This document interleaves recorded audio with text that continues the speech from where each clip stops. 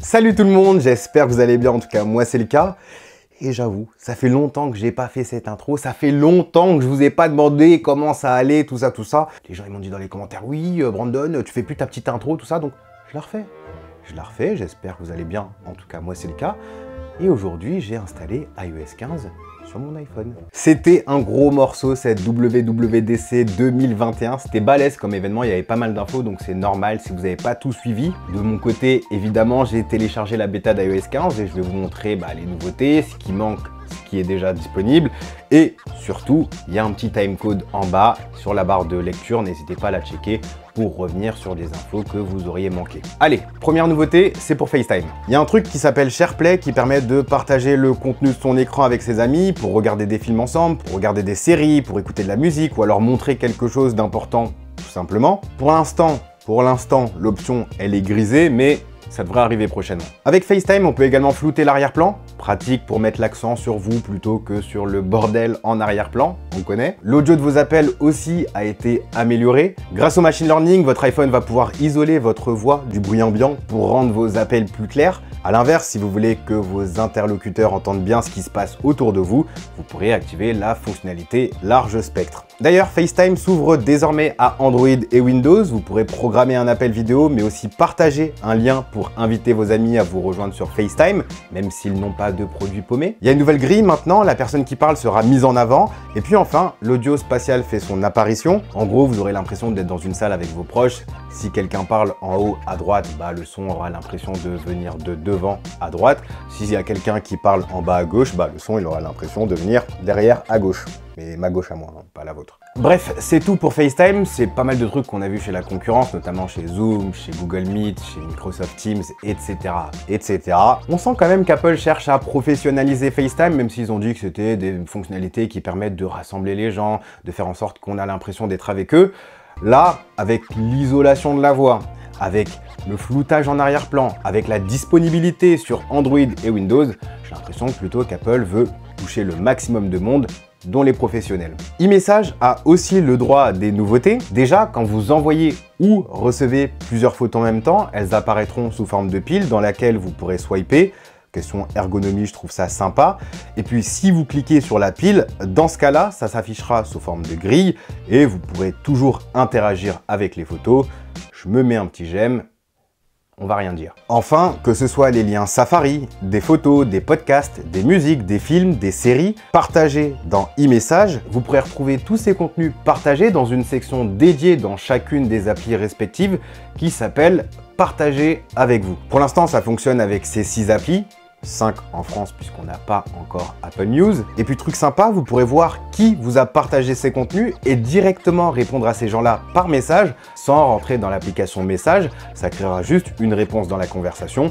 Pratique pour se souvenir de quoi on parlait. Nouvelle fonctionnalité, c'est Live Text qui permet grâce à l'appareil photo de copier du texte présent sur un mur, sur un objet. Vous pointez votre caméra vers le texte que vous voulez copier, vous appuyez sur la petite icône en bas à droite et vous copiez. Vous pourrez ensuite le coller dans n'importe quelle appli. Alors ça, je sens que c'est le futur ennemi des profs à 100%. Je vois tellement les étudiants prendre en photo la diapositive, copier le texte qu'il y a dessus et le coller directement sur le Mac sur lequel ils bossent.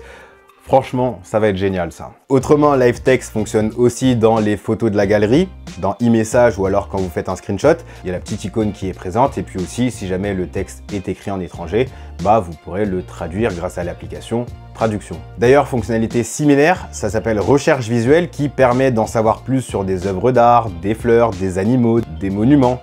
En fait, c'est Google Lens, mais avec 4-5 ans de retard. Spotlight a aussi droit à ces nouveautés. Il y a désormais plus d'infos affichées et puis maintenant on peut retrouver même des photos. Par exemple, je peux taper Londres et retrouver mes photos prises à Londres. Et puis les recherches sont également enrichies. Si jamais vous cherchez des artistes par exemple, vous aurez accès à des infos plus précises, mais aussi accès à leurs réseaux sociaux. Changement visuel important pour Safari. La barre URL passe en bas pour une expérience à une main simplifiée. Vous aurez accès plus rapidement à cette barre pour rechercher quelque chose. Et puis vous pourrez glisser dessus pour changer rapidement d'onglet. On pense notamment à ceux qui ont un iPhone 12 Pro Max et qui ont l'habitude de se tordre la main pour accéder à cette barre URL. Là, ça ira mieux. D'ailleurs, c'est tout qui est plus accessible depuis le pouce, même les onglets que vous pouvez désormais regrouper ensemble pour créer vos thèmes. Imaginons thème site de vêtements ou alors thème site de voyage, etc., etc.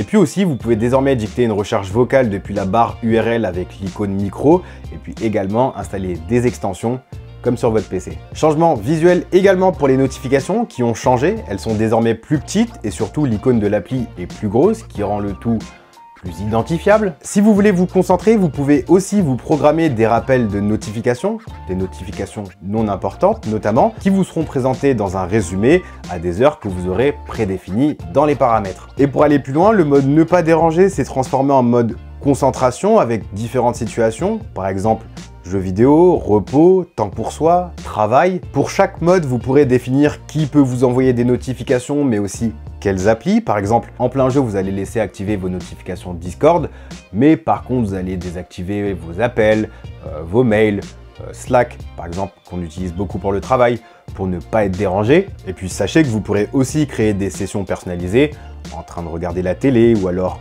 en train de lire. Enfin, vous pourrez faire ce que vous voulez. Ce sont des modes que vous aurez créés et personnalisés selon vos besoins. Et puis truc sympa, j'ai oublié de le dire, il y a un petit message qui apparaîtra dans les applis pour laisser savoir que vous êtes occupé et que si vous ne répondez pas, c'est pas parce qu'il vous est arrivé quelque chose, mais parce que vous faites quelque chose. L'appli photo, elle aussi, a eu le droit à quelques nouveautés, notamment le fait de savoir avec quel appareil photo on a pris nos photos, pratique pour nos comparo photos, notamment entre les iPhones. Et puis il y a eu une mise à jour de la fonctionnalité souvenir. Vous pouvez maintenant ajouter différents filtres de couleurs et puis de la musique issue de Apple Music. En parlant d'Apple Music, l'audio spatial est enfin arrivé. Donc si vous avez des AirPods Pro ou AirPods Max qui est quelque part, mais il est là. Attendez.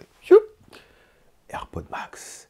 Et ben, vous pourrez profiter de cette fonctionnalité. Si vous avez jamais essayé, je vous invite vraiment à le faire. C'est plus que de la stéréo classique. Là, vous aurez vraiment l'impression d'avoir un son à 360 degrés.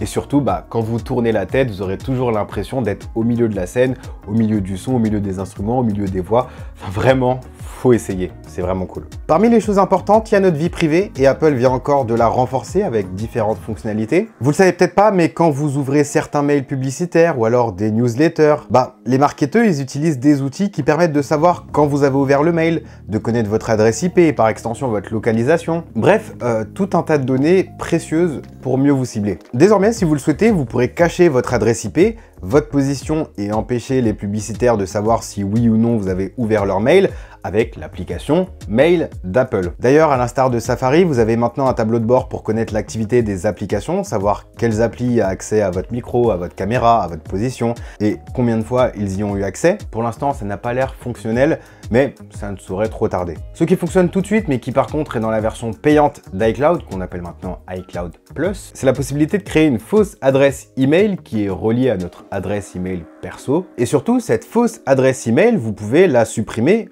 à tout moment. Du coup, si vous vous êtes inscrit quelque part et que les marketeurs vous spamment de messages publicitaires parce que vous êtes dans leur base de données, vous avez qu'à supprimer cette fausse adresse. Ils auront plus votre vrai mail. Quel dommage, ils pourront plus vous toucher. Là, on comprend le concept. Apple a aussi lancé un espèce de VPN qui s'appelle Relais Privé et qui vous permet de naviguer en toute sécurité sur Safari s'assurant que votre activité soit cryptée et qu'elle passe par 2 serveurs pour empêcher les trackers de récupérer vos données personnelles. Enfin, quelques nouveautés pêle-mêle, dont certaines qui ne sont pas encore dispo chez nous. Apple Plan a le droit à un redesign 3D et de la navigation par réalité augmentée. Vous pourrez déverrouiller votre serrure connectée avec Wallet. Dans Wallet, vous pourrez intégrer votre carte d'identité et ça pourra fonctionner avec pas mal d'aéroports par exemple. L'appli santé est plus détaillée, il y a plus d'infos et explications. Et puis vous pourrez aussi partager des infos de santé avec votre famille, pratique pour savoir si tout se passe bien pour votre papa ou votre maman. Vous pourrez aussi bientôt ajouter des proches sur une liste de restauration iCloud. Ça sera pratique si vous bloquez votre compte ou vous oubliez votre mot de passe. Vous pourrez alors les appeler et ils vous fourniront un code qui vous permettra de retrouver l'accès à votre compte ou votre téléphone. Attention, toutes ces personnes-là doivent avoir un appareil Apple, important. Truc glauque par contre, mais j'imagine que ça peut toujours servir. Il y a désormais un mode héritage qui permettra aux personnes désignées d'accéder à votre compte iCloud suite à votre décès. Les AirPods pourront désormais être localisés comme des AirTags. truc vraiment sympa, ils pourront sonner même avec le boîtier fermé. L'appli météo a le droit à un relooking, dont l'affichage dynamique du lever et du coucher de soleil selon l'heure de la journée. Il y a aussi plus d'infos comme entre autres la qualité de l'air. Et puis dernière nouveauté, c'est la personnalisation de nos Mimojis favoris. Ils sont mignons, ils sont gentils, on les aime, mais il n'y a toujours pas d'AirPods Max et AirPods Pro. Ça, Apple, faut changer. Bref, c'était dans ce niveau nouveauté. J'espère que j'ai pas rendu ça trop chiant. J'ai essayé d'être le plus rapide possible. Tous les iPhones à partir de l'iPhone 6S sont compatibles avec iOS 15. Ça veut pas dire qu'ils auront toutes les nouveautés, mais en tout cas, ils ont pu être mis à jour pendant 7 iOS. Ça, c'est cool. Si vous aimez l'univers Apple, n'hésitez pas à regarder mes vidéos récentes sur l'iPad Pro, sur les AirTags, sur l'iMac qui est juste là. Bref, il y a pas mal de trucs à regarder. Si vous aimez la tech, n'hésitez pas à vous abonner, vous serez servi. N'hésitez pas à liker cette vidéo, à me lâcher un gros commentaire pour me dire ce que vous avez aimé, ce que vous n'avez pas aimé. N'hésitez pas non plus à activer la petite cloche de notification pour être prévenu lorsque je sors des nouvelles vidéos. Quant à moi, je vous dis à la prochaine. Prenez soin de vous. Peace.